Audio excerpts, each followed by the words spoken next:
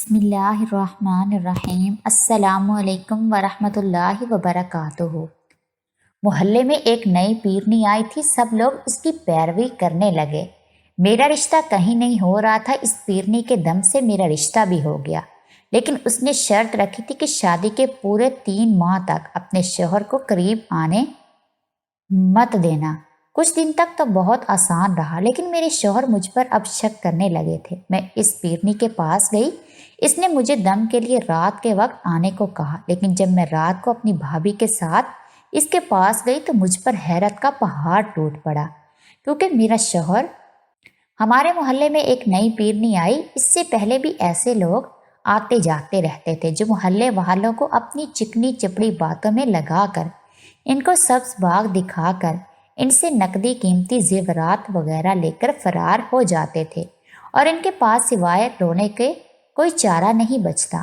اچھے خاصے پڑھے لکھے گھرانوں کی خواتین اپنے قیمتی زیورات سے ہاتھ دھو بیٹھتی تھی۔ اس نئی پیرنی کے آتے ہی محلے میں پھر سے باتیں ہونے لگی۔ مردوں نے گھر کی خواتین کو سختی سے منع کیا کہ کسی بھی اجنبی عورت کو یا پیرنی فقیرنی کو گھر میں داخل نہیں ہونے دینا، اور نہ ہی ان کے پاس جانے کی کوئی ضرورت ہے۔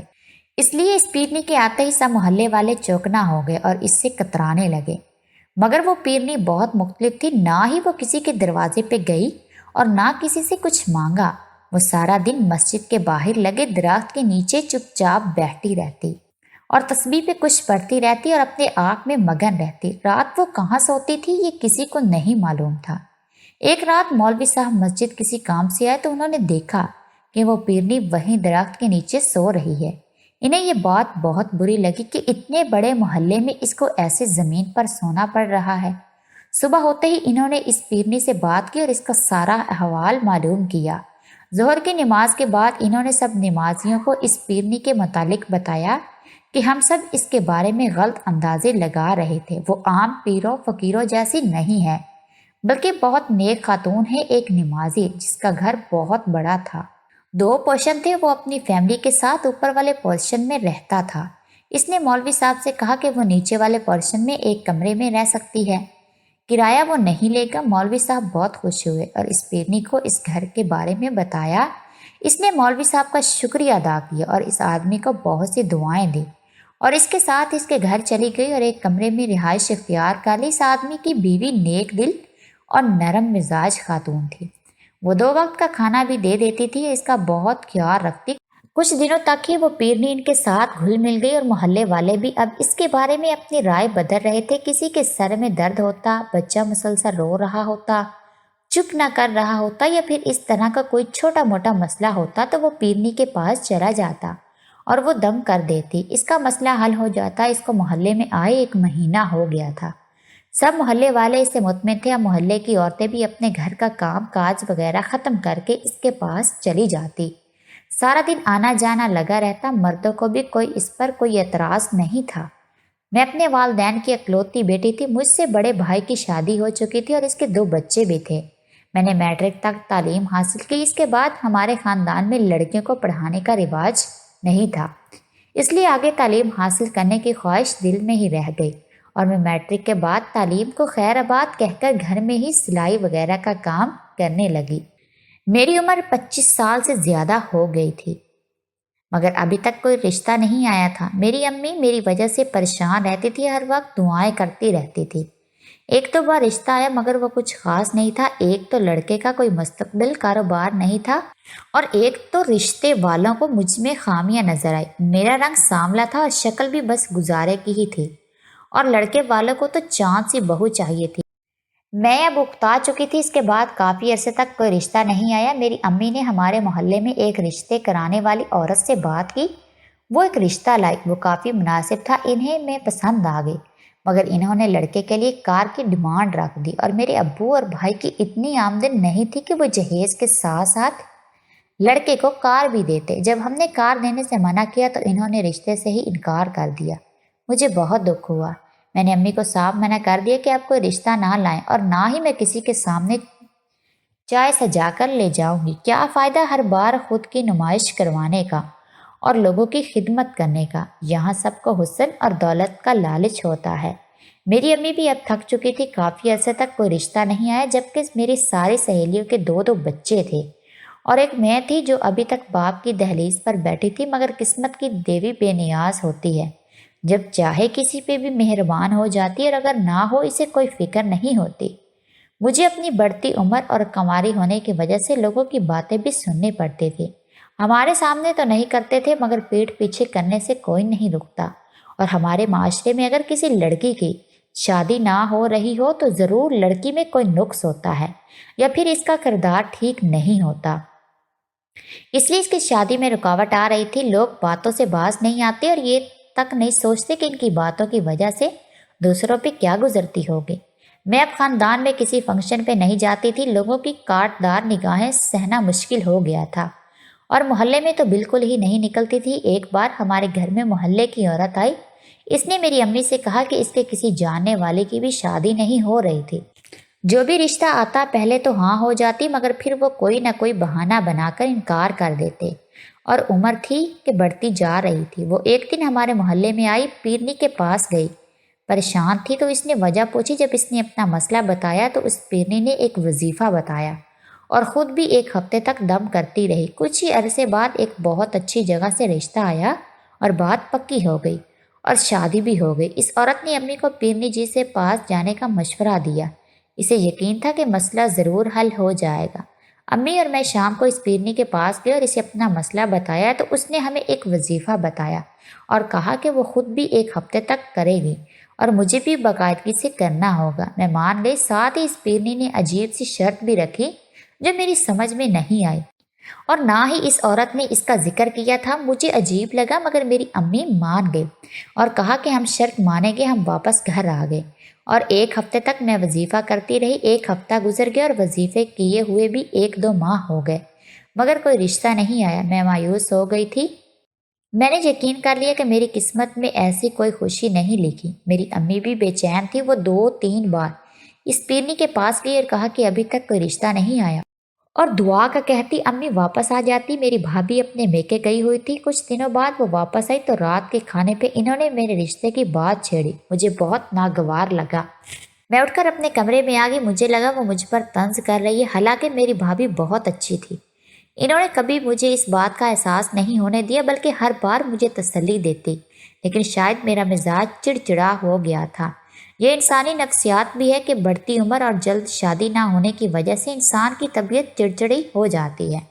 میں اٹھ کر اپنے کمرے میں آ گئی۔ کچھ دیر بعد میری امی کمرے میں آئی اور مجھے کہا کہ میری بھابھی کی کوئی غلط نیت نہیں تھی بلکہ وہ تو میری بھلائی کا سوچ رہی ہے۔ میری بھابھی کے ماموں کا بیٹا جس کی کچھ عرصہ پہلے ہی شادی ہوئی تھی، اس کی بیوی شادی میں کچھ ماہ بعد ہی مر گئی اور اس کے لیے کسی اچھے رشتے کی تلاش کر رہے ہیں۔ اس کا اپنا گھر ہے اور اچھا کھاتا کماتا ہے اور مزاج کا بھی بہت اچھا ہے۔ گھر میں اس کے رشتے کی بات چل رہی تھی تو میری بھابھی نے اپنی ممانی سے میرا ذکر کیا تو وہ فوراً مان گئے اور کل رشتہ لے کر آ رہی ہیں۔ مجھے یہ بات بے حد بری لگی کہ اب میری ایک شادی شدہ آدمی کی بیوی بنوں گی۔ امی مجھے سمجھاتی رہی اور کچھ دیر بعد بھابھی بھی آ گئی۔ انہوں نے کہا کہ وہ ہمیشہ مجھے اپنی چھوٹی بہن سمجھتی آئی ہے، انہوں نے میری فکر کی تھی اس لیے رشتہ لائی ہے۔ ایک بار دیکھ لینے میں کوئی حرج نہیں۔ میں مان گئی۔ کل وہ لوگ رشتہ لے کر آ گئے اور میرا رشتہ طے ہو گیا۔ میرے گھر والوں کو یہ رشتہ بہت پسند آیا۔ میں بھی بہت خوش تھی کیونکہ میری توقع کے برعکس وہ لوگ بہت اچھے تھے۔ ان میں کوئی لالچ نہیں تھا، نہ ہی انہوں نے میری بڑھتی عمر اور شادی نہ ہونے کی وجہ پوچھی، نہ کوئی طنز کیا۔ میں اس رشتے کو لے کر بہت خوش ہوئی۔ اگلے دن میں اور امی اس پیرنی کے پاس گئے، اسے یہ خبر سنائی تو وہ بھی خوش ہوئی۔ امی نے اس کا بہت شکریہ ادا کیا مگر ساتھ اس نے اپنی شرط یاد دلائی جس کی وجہ سے میں اور امی پریشان ہو گئے کیونکہ ہم اس شرط کو بھول چکے تھے مگر یہ کیسے ممکن ہو سکتا تھا۔ امی نے اس پیرنی سے کہا کہ کوئی دوسرا راستہ نکالے مگر اس نے کہا کہ ایسا ممکن نہیں۔ اگر شرط پوری نہ کی گئی تو نتیجہ کچھ بھی ہو سکتا، اس کے ذمہ دار ہم خود ہوں گے۔ مجبوراً ہمیں وہ شرط ماننا ہی ہوگی ورنہ غلط نتائج سامنے آ سکتے ہیں۔ میں اور امی بہت پریشان ہوئے مگر ہمیں شرط ماننا ہی ہوگی اور اس پر عمل بھی کرنا تھا۔ 1 ماہ بعد میری شادی کی تاریخ رکھی گئی۔ یہ 1 مہینہ شادی کی تیاریوں میں گزر گیا اور مصروفیات میں وہ شرط بھول گئی۔ آخر شادی کا دن آ ہی گیا۔ شادی کے تمام فنکشن بہت اچھے ہو گئے۔ ایسے میں مجھے وہ شرط بالکل ہی بھول گئی۔ رخصتی کے وقت امی میرے پاس آئی اور مجھے وہ شرط یاد دلوائی اور کہا کہ بیٹا اس پر ضرور کرنا، یہ نہ ہو بعد میں ہمیں کوئی نقصان اٹھانا پڑ جائے۔ میں بہت پریشان تھی کہ کیسے کروں گی، پتہ نہیں میرا شوہر کیا سوچے گا، کہیں وہ ناراض ہی نہ ہو جائے۔ سارے راستے میں یہی سوچتی رہی۔ انہی سوچوں میں اپنے سسرال پہنچ گئی، جہاں میرا بہت اچھے سے استقبال کیا گیا۔ میں ساس اور نندے سب بہت اچھی تھی۔ کچھ رسمیں مکمل کرنے کے بعد مجھے کمرے میں لایا گیا۔ سب چلے گئے تو مجھے وہ شرط یاد آ گئی۔ پینی نے کہا تھا شادی کے پہلے 3 ماہ اپنے شوہر کو خود کے قریب نہیں آنے دینا۔ میں بہت پریشان تھی، کچھ سمجھ نہیں آ رہی تھی کہ کیا کروں۔ دل میں 1000 خدشات اور وسوسے تھے اور شرط بھی ماننا تھا۔ میں انہی سوچوں میں مگن تھی کہ اپنے شوہر کے کمرے میں آنے کا پتہ ہی نہیں چلا۔ وہ کمرے میں آئے اور شیروانی اتاری۔ میرا دل بہت زور سے دھڑک رہا تھا کہ اب کیا ہوگا، مگر میرے شوہر نے مجھ سے بات تک نہیں کی، چپ چاپ اپنے کام میں لگے رہے۔ کپڑے تبدیل کیے اور مجھے بھی کہا کہ میں تھک گئی ہوں، کپڑے بدل لو۔ میں بہت حیران ہوئی کہ اور غصہ بھی آیا کہ میں کب سے ان کا انتظار کر رہی ہوں، ان کے لیے سجی سنوری بیٹھی ہوں، مگر انہوں نے میری طرف دیکھا تک نہیں۔ مگر میں چپ رہی اور کپڑے بدل لیے۔ میرے دل میں خدشہ تھا کہیں ان کو اپنی پہلی بیوی سے اب تک تو محبت نہیں ہے جو انہوں نے میری طرف دیکھا تک نہیں، شاید انہوں نے گھر والوں کے دباؤ میں آ کر شادی کے لیے ہاں کی ہو۔ ایسے کئی سوال میرے لیے جنم لے رہے تھے۔ میں کپڑے تبدیل کر کے آئی تو وہ سو چکے تھے، میں بھی سو گئی۔ صبح اٹھ کر دیکھا تو میرے شوہر کمرے میں نہیں تھے۔ میری چھوٹی نند جس کی ابھی شادی نہیں ہوئی تھی میرے لیے کمرے میں ہی ناشتہ لے کر آئی اور بتایا کہ میرے شوہر کو دفتر سے کال آ گئی تھی، کچھ مسئلہ بن گیا تھا اس لیے انہیں جانا پڑ گیا۔ اتنے میں میری ساس بھی آ گئی۔ انہوں نے کہا کہ بیٹا پریشان نہ ہو، کچھ دیر تک وہ آ جائیں گے۔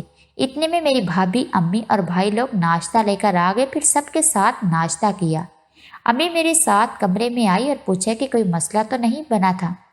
میں انہیں سچ بتا دیا اور کہا کہ آپ لوگوں نے جلد بازی کی، وہ یہ شادی نہیں کرنا چاہتے تھے، مگر امی نے کہا کہ اس کی رضامندی سے ہوئی ہے، بلکہ اس نے میری تصویر بھی دیکھی تھی۔ امی نے کہا یہ ہو سکتا ہے تھکاوٹ کی وجہ سے ایسا رویہ ہو، مگر یہ میرے حق میں نہیں، ورنہ میرے لیے مسئلہ بن سکتا تھا۔ میں مطمئن ہو گئی، امی سچ کہہ رہی تھی۔ میری شادی کو 1 سال سے زیادہ کا عرصہ ہو گیا۔ میں ہر ہفتے اپنے میکے آتی کیونکہ پیرنی کے پاس جانا ہوتا تھا۔ دم کے لیے یہ بھی شرط میں شامل تھا۔ میں نے اپنے شوہر کے ساتھ جاتی تھی، وہ صبح مجھے چھوڑ جاتے اور شام کو لیتے آتے۔ ایک دن وہ آئے، اس دن تھکے ہوئے تھے اور پریشانی بھی لگ رہے تھے، مگر مجھے ضروری جانا تھا۔ میں نے جانے کا کہا تو انہوں نے کہا کہ آج رہنے دو، چلی جانا، مگر میں نے ضد کی تو وہ غصے میں آ گئے اور کہا کہ ہر ہفتے تو جاتی ہو، اگر آج نہیں جاؤ گی تو کچھ نہیں ہوگا۔ مگر مجھے جانا ہی تھا۔ میرے شوہر کو مجھ پر شک ہونے لگا، مگر وہ مجھے لے آئے اور ابو کے اندر ساتھ بیٹھ گئے اور میں امی کے ساتھ پیرنی کی طرف چلی گئی۔ کچھ دیر بعد واپس آئے تو میرے شوہر باہر میرا انتظار کر رہے تھے۔ میں انہیں دیکھ کر پریشان ہوگی، مگر امی نے کہا کہ بیٹا اس کی دوست آئی ہوئی تھی، وہ مجھ سے پوچھ رہی تھی تو اس سے ملنے گئی تھی۔ وہ چپ ہو گئے اور میں اپنے شوہر کے ساتھ گھر واپس آ گئی۔ گھر آ کر میرے شوہر نے کہا کہ ہر ہفتے وہاں پر جانا لازمی ہوتا ہے۔ مجھے جس بات کا ڈر تھا وہی ہو گئی۔ میں نے کہا میں نے کبھی آپ سے کوئی سوال نہیں کیا اور میں اپنی امی اور ابو سے ہی ملنے جاتی ہوں، اس میں کوئی اعتراض نہیں ہو۔ چاہے وہ خاموش ہو گئے، مگر اب وہ شک کرنے لگے تھے۔ ہر ہفتے میں جاتی تو تھی، مگر اب جانچتی ہوئی نظروں سے مجھے دیکھنے لگے۔ ایک دن جب میں میکے آئی تو امی کو کہیں جانا تھا اور میں اکیلے پیرنی کی طرف نہیں جا سکتی تھی۔ بہت پریشانی ہوئی تو امی نے کہا کہ بھابھی کے ساتھ چلی جانا، مگر بھابھی کو اس بات کا نہیں پتا تھا، اس لیے امی نے اسے کہا کہ میرے سر میں درد رہتا ہے، اس لیے دم کروانے جانا ہے۔ بھابھی نے کہا ٹھیک ہے، میں چلی جاؤں گی۔ ساتھ شام کو میں اور بھابھی اس پیرنی کے پاس گئے۔ مجھے جلدی بھی تھی کہ کہیں میرے شوہر نہ آ جائیں، انہیں تو پہلے کی مجھ پر شک ہونے لگا تھا۔ میں جلدی سے بھابھی کو چلنے کا کہا۔ اب 2 ماہ سے زیادہ عرصہ ہو گیا تھا، اب بس کچھ ہی دن باقی تھے۔ میں خوش بھی تھی کہ اس مصیبت سے جان چھوٹنے والی ہے، مگر مجھے نہیں پتا تھا کہ وہاں جا کے مجھے کیا دیکھنے کو ملے گا۔ ایک پریشانی میرے انتظار میں تھی۔ میں اور بھابھی وہاں پہنچے، ہم وقت سے ذرا پہلے پہنچ گئے تھے کیونکہ مجھے واپس جلدی جانا تھا، مگر وہاں پہنچ کر جو دیکھا مجھے اپنی نظروں پر یقین نہیں ہو رہا تھا۔ ہم وہاں پہنچے تو اس پیرنی کے کمرے دروازہ عموماً بند ہی ہوتا تھا اور ہم سیدھا اندر چلے جاتے تھے، مگر آج دروازہ بند تھا، پیرنی اندر ہی موجود تھی۔ میں نے 1-2 بار دستک دی اور کچھ دیر انتظار کرتے رہے۔ بھابھی نے کہا کہ شاید وہ سو رہی ہو۔ ہمیں واپس جانا چاہیے۔ مجھے بھی جلدی تھی کیونکہ میرے شوہر آنے والے تھے، مگر ناغہ بھی نہیں کرنا تھا۔ ہم جانے اور رکنے کی کشمکش میں تھے کہ اتنے میں دروازہ کھلنے کی آواز آئی اور مجھے حیرت کا شدید جھٹکا لگا۔ مجھے اپنی آنکھوں پر یقین نہیں ہو رہا تھا۔ کمرے سے نکلنے والا کوئی اور نہیں، میرا اپنا شوہر تھا۔ میں انہیں وہاں دیکھ کر بہت حیران ہو رہی تھی اور سمجھ نہیں پا رہی تھی کہ ان کا یہاں کیا کام ہو سکتا ہے۔